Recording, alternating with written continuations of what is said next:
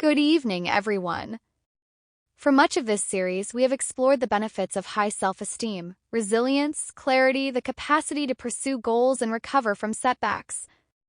It would be easy to conclude that high self-esteem is an unqualified good, something we should all strive to maximize. But tonight we must confront a more unsettling question. Are there dangers lurking in high self-esteem? Can too much self-regard become a poison rather than a medicine? The answer, as you might expect, is complex. High self-esteem is not a single uniform thing. It comes in different forms with different foundations, and those differences have profound consequences for individuals, for organizations, and perhaps for whole societies. Tonight, we will explore the dark side of high self-esteem. We will meet narcissists, charlatans, and charismatic leaders, and we will ask what happens when self-worth becomes inflated, fragile, and hungry for validation. Part 1. Challenging the assumption. Let us begin by dismantling a persistent myth, the belief that low self-esteem leads to violence. For decades, well-meaning educators and policymakers argued that if we could only raise young people's self-esteem, we would reduce aggression, bullying, and crime. The evidence, however, tells a very different story. There is no consistent link between low self-esteem and violent behavior. In fact, perpetrators of violent acts, murder, rape, abuse, even terrorism, are often described by those who know them as arrogant, confident, and high in self-esteem. The problem is not a lack of self-regard. It is a particular, distorted kind of self-regard. This should give us pause. Western nations, particularly the United States, have poured enormous cultural energy into raising self-esteem, often prioritizing it over achievement and skills training, under the assumption that feeling good about oneself is the engine of success. Research increasingly challenges this view. The self-esteem movement may have been misguided, not because feeling good is bad, but because the kind of self-esteem we cultivate matters enormously. And some of what has been cultivated looks less like healthy self-worth and more like its malignant twin, narcissism. Before we go further, a note on the so-called narcissism epidemic. The idea that narcissism is skyrocketing among young people, popularized by Jean Twenge and Keith Campbell, has been fiercely debated. Some researchers, such as Wetzel and colleagues in 2017, found no evidence of rising narcissism in college students across decades. It may be stable or even declining. Cultural differences also complicate the picture. Studies comparing East and West Germany, for instance, reveal that narcissism levels are shaped by broader cultural values, not just generational trends. So, as we explore these ideas tonight, hold them with a critical eye. The question is not simply, are we more narcissistic, but rather, what conditions inflate the fragile ego and what are the consequences when they do? Part 2. The fragile ego. Narcissism is not merely high self-esteem. It is a distinct psychological profile characterized by an exaggerated sense of self-importance, a sense of superiority, and an insatiable need for admiration. Critically, the narcissist's self-view is not secure. It is fragile. Research by Kernis and Paradise describes narcissistic self-esteem as unstable and inflated, requiring constant external validation to remain aloft. Beneath the grandiosity, there are often unconscious doubts about one's own worth, a terrifying void that the narcissist must frantically paper over with applause and recognition. David is the founder of a tech startup. He speaks constantly about being the next great disruptor, comparing himself to visionary founders and insisting his product will revolutionize an entire industry. He demands admiration from employees and fires anyone who offers even mild criticism. When a crucial funding round falls through after a major venture capital firm passes, David's reaction is not strategic adjustment but emotional devastation. He screams at his co-founder, blaming her for sabotaging the presentation. That night alone, he experiences a vertiginous sense of emptiness. He thinks, without this company, who am I? I'm nothing. He avoids investors for weeks, terrified of being seen as a failure. Yet when a local journal profiles a rival startup, David flies into a rage and immediately plans an even more grandiose launch event. The external validation is not a luxury for him. It is the only thing standing between his conscious self-image and a terrifying conviction of his own insignificance. David's exaggerated self-importance, his need for admiration, and the catastrophic collapse following a single failure all point to the fragile self-worth at the heart of narcissism. He suspects at some level that his persona is a construct, and that suspicion is so intolerable that he must bury it under an even louder performance. Part 3: When Egos Attack. Because the narcissistic self-image is so brittle, threats to it are experienced as existential dangers. This leads to one of the most socially destructive features of narcissism: threatened egotism.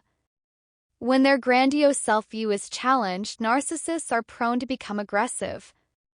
The research by Baumeister, Bushman, and others is clear on this point. It is not low self-esteem that predicts aggression. It is high but unstable self-esteem, the kind that shatters when questioned.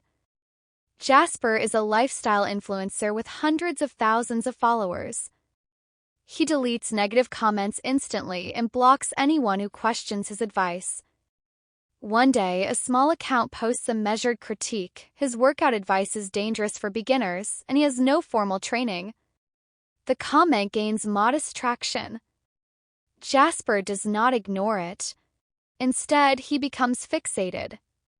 He posts a video calling the critic a pathetic, ugly loser and a nobody who's just jealous. Then he escalates. He finds her personal information and shares it with his followers, suggesting they let her know what happens when you come for a king. His followers flood her with threats. She deletes her account and fears for her safety. Jasper later tells a friend, "She deserved it. People need to learn that you don't disrespect me." He feels no remorse, because in his mind the aggression was justified self-defense against an attack on his carefully constructed image. Jasper's entire self-worth depends on the admiration of his audience. A single critical voice threatens the entire edifice. His retaliation, vindictive, public, and dangerous, is a textbook expression of threatened egotism, an attempt to obliterate the critic and thereby restore the illusion of invulnerability. Part 4: The Paradox of Feeling Good. Here is a puzzle. Despite their aggression and fragility, narcissists often report higher psychological well-being than non-narcissists. They claim to be happier, less depressed, less anxious, less lonely. How can this be? The answer, research by Setikides and colleagues reveals, is a statistical mirage. Narcissists tend to have high self-esteem, the grandiose self-belief, and it is that self-esteem, not the narcissism, that fuels their sense of well-being. If you strip away the self-esteem, the narcissistic traits no longer predict happiness. In other words, narcissism feels good not because it is healthy, but because it is propped up by a shallow, defensive confidence. Tara is a fitness influencer with millions of followers. On well-being questionnaires, she scores in the top percentiles for happiness and the bottom for depression. She tells interviewers, "I've never felt more alive." Her high self-esteem, the conviction that she is exceptionally beautiful, disciplined, and inspiring, fuels this sense of thriving. She deletes hate comments and dismisses critics as jealous. Her friendships are instrumental, her relationships transactional, her days consumed by tracking engagement metrics. Yet none of this registers as distress. The self-esteem masks the emptiness. If her fame were to vanish, the narcissistic core, the fragile ego, the dependence on external applause, the inability to form authentic connections, would likely reveal significant anxiety and loneliness. For now, she feels amazing, but the foundation is not the narcissism. It is the self-esteem artificially inflated by likes and filters. Part 5: The Making of a Narcissist. Where does this fragile grandiosity come from? Twenge and Campbell argued that certain cultural conditions act as incubators for narcissism. They pointed to 4 alleged causes. The first is parenting that overpraises children, telling them they are uniquely special, while giving them excessive power and shielding them from criticism. Ethan's parents called every scribble a masterpiece, hung a future CEO banner in his room, and let him dictate family decisions to avoid crushing his spirit. By university, Ethan expected professors to praise him for simply showing up. A B on an essay felt like a personal attack. He cycled through friendships, treating peers as an audience, and was exquisitely fragile beneath the bluster. He had been raised with a grandiose but paper-thin sense of self, never taught to handle ordinary failure. The second cause is celebrity culture, television programs that reward people for being famous without any particular talent. Sienna grew up watching shows where ordinary people became household names simply by being dramatic or attractive. She sees fame as a birthright, not a byproduct of achievement. She spends hours auditioning for reality shows, believing that exposure alone will validate her worth. Normal, private life feels like failure. Her identity is built on the hollow premise that being seen is the same as being significant. The third is social media.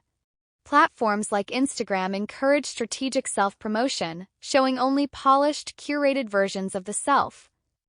Aiden, a marketing professional, meticulously stages every post: rooftop cocktails, designer clothing, perfect abs. He plans holidays around photo opportunities and stages moments that never happened.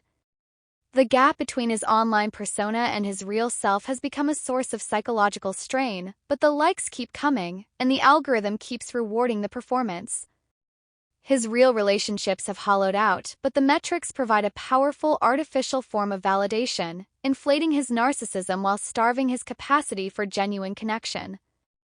The fourth alleged cause is easy credit, which gives people a false sense of wealth and status, a quick fix that feeds the fantasy of success without substance. Together, these forces create a cultural environment that rewards the appearance of greatness over the reality, encouraging the fragile ego to puff itself up on borrowed air. Yet we must remember the debate. Evidence for a true epidemic is mixed, and cultural context matters enormously. Not every generation is becoming more narcissistic, and not every society rewards self-promotion equally. The point is not to panic, but to recognize the conditions that foster narcissistic traits, and to ask what we might do differently. Part 6: The Double-Edged Sword. Narcissism is not without its short-term benefits. Narcissists are often charismatic and overconfident. Research by Brunel and colleagues found that they frequently emerge as leaders in groups. Their boldness can make them seem creative, and groups with narcissists sometimes generate more ideas. Julian was a junior project manager at a struggling startup. While others hesitated, he volunteered to present a recovery plan to investors, projecting absolute certainty and magnetic conviction. The investors were won over. Julian positioned himself as the natural leader, and the exhausted team found his energy galvanizing. He was appointed interim CEO. His actual strategic skills were unremarkable, but his charisma filled the leadership vacuum. People followed him because he acted like someone worth following. But the same qualities that elevate narcissists can lead to catastrophe. Narcissists are unwilling to listen to dissenting opinions, have an inflated sense of their own abilities, and focus on themselves at the expense of others. This has been linked to poor leadership and may have contributed to major corporate failures. Adrian was the head of trading at a prestigious investment bank. He called himself the algorithm and treated risk managers with contempt. When the risk committee placed limits on his exposure to subprime mortgage derivatives, he bypassed them. He refused to read internal warnings of a market collapse, dismissing the analysts as mediocre. His trading desk became a culture of terrified silence. When the market collapsed, his positions lost billions, the bank required a bailout, thousands lost their jobs, and shareholders were wiped out. Adrian walked away with millions, insisting the failure was due to unprecedented market conditions. His narcissism had destroyed an institution and harmed countless innocent people, yet he remained insulated from accountability. The same grandiosity that made Julian a leader made Adrian a disaster. The difference lies in the situation, the checks and balances, and the length of time over which the narcissist operates. In a crisis, bold confidence can be temporarily useful. Over the long term, the inability to listen, the dismissal of others, and the refusal to acknowledge error become toxic. What we take with us. The dark side of high self-esteem is not an argument against self-worth. It is an argument against a particular kind of self-worth, the kind that is inflated, unstable, and dependent on constant external feeding. Healthy self-esteem is secure. It can withstand criticism, learn from failure, and celebrate others without feeling diminished. Narcissistic self-esteem is fragile. It must silence critics, crush rivals, and demand admiration to survive. So, how do we foster the former and avoid the latter? First, we can praise effort and growth rather than fixed greatness. We can teach children that they are worthy of love not because they are exceptional, but because they are human. We can create environments in families, schools, and workplaces where honest feedback is safe, where vulnerability is not punished, and where worth is not measured in likes or followers. Second, we can recognize the seductive pull of the grandiose self and choose deliberately to ground our self-worth in something deeper. The entrepreneur, the influencer, the banker, all of them mistook applause for substance. Their stories end in emptiness or destruction because a self built on mirrors cannot withstand the wind. A self built on genuine connection, on meaningful work, on values lived out in private as well as public, that self can bend without breaking. High self-esteem is not the enemy. Insecure grandiosity is. And the more clearly we can see the difference, the better we can raise children, choose leaders, and build a culture that honors real worth over glittering illusion. Thank you.